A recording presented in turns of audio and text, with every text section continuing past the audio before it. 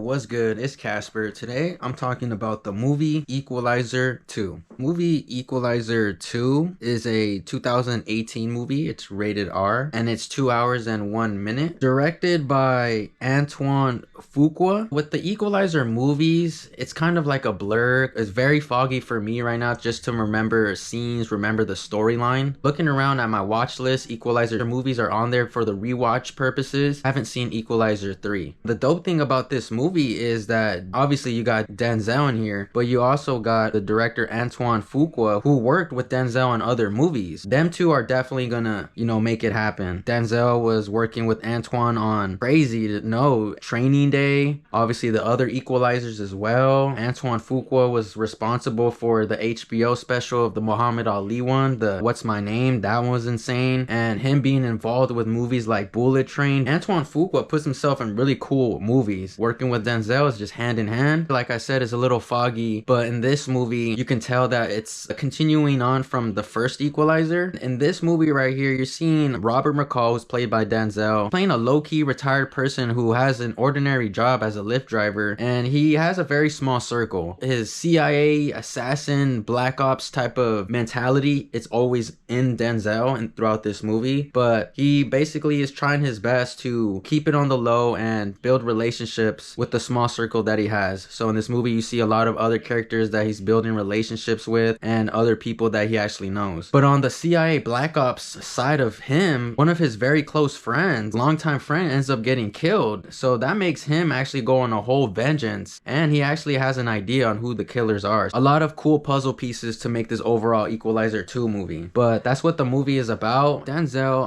arguably one of the best actors on the universe. He's one of my favorite actors. Respect Denzel's acting so much. His acting really brings you into the movies. Denzel is very versatile to do movies with no action and straight dialogue. This movie fits hand in hand with him. His lines, his look, the crazy kills that he has in here, walk-ups to every scene is dope. Right when Denzel gets put on the screen, you already know this movie is gonna be very insane. Being in this movie, like I said, is just one of those things. He just brings you in throughout this whole ride that he's dealing with. He doesn't really have much characteristics to show off, but really cool to show that there's some characteristics in this movie, they have very heavy weight to him. So he doesn't really show too much because he's trying to just be himself. He's talking to Miles, who's played by Ashton Sanders, is another character in here where he's getting manipulated and peer pressured by gangs, and Robert McCall is just that side of showing Miles like, hey, stay focused, do what you like to do. But in this movie you see that it's like a father figure type of vibe. That's why Denzel is like very relatable. His acting gives back to the audience because you feel a lot of the stuff that he's putting out. Denzel looked really cool in the action scenes. Denzel puts out some crazy scenes in here where you're like, oh, you had to rewind it back just to see it again. There's a lot of crazy dope martial arts moves in here with Denzel and with the other characters. Denzel is very impressive when he's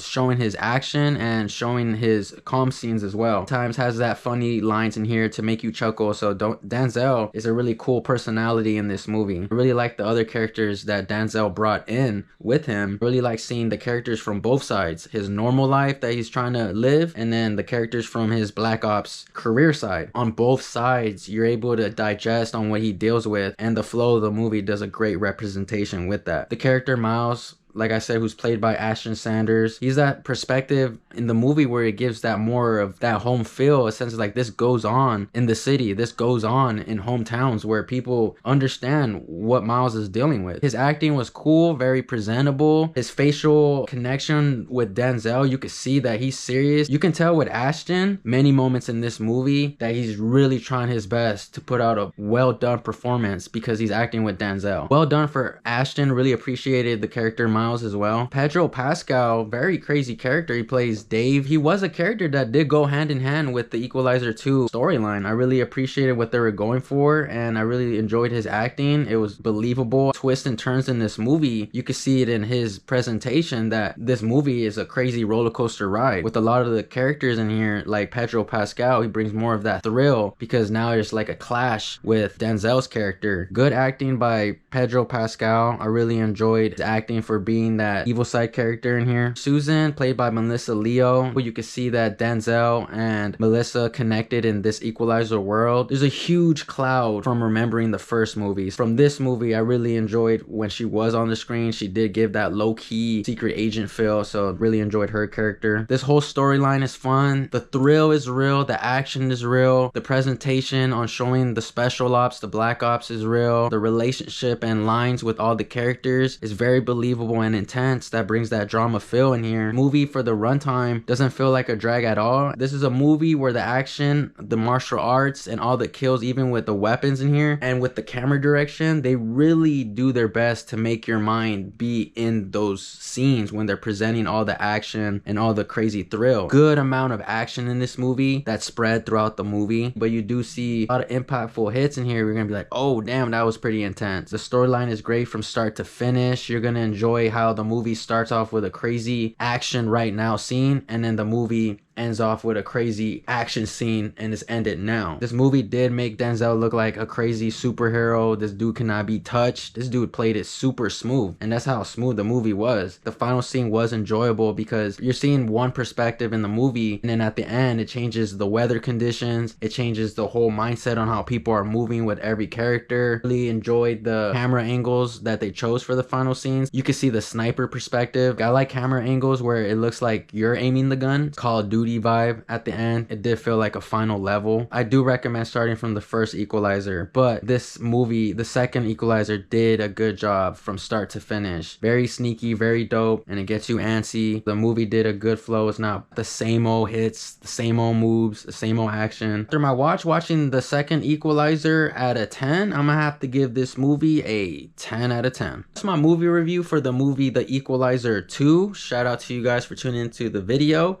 Thank you guys for watching, and we'll see you guys on the next one. Peace, y'all.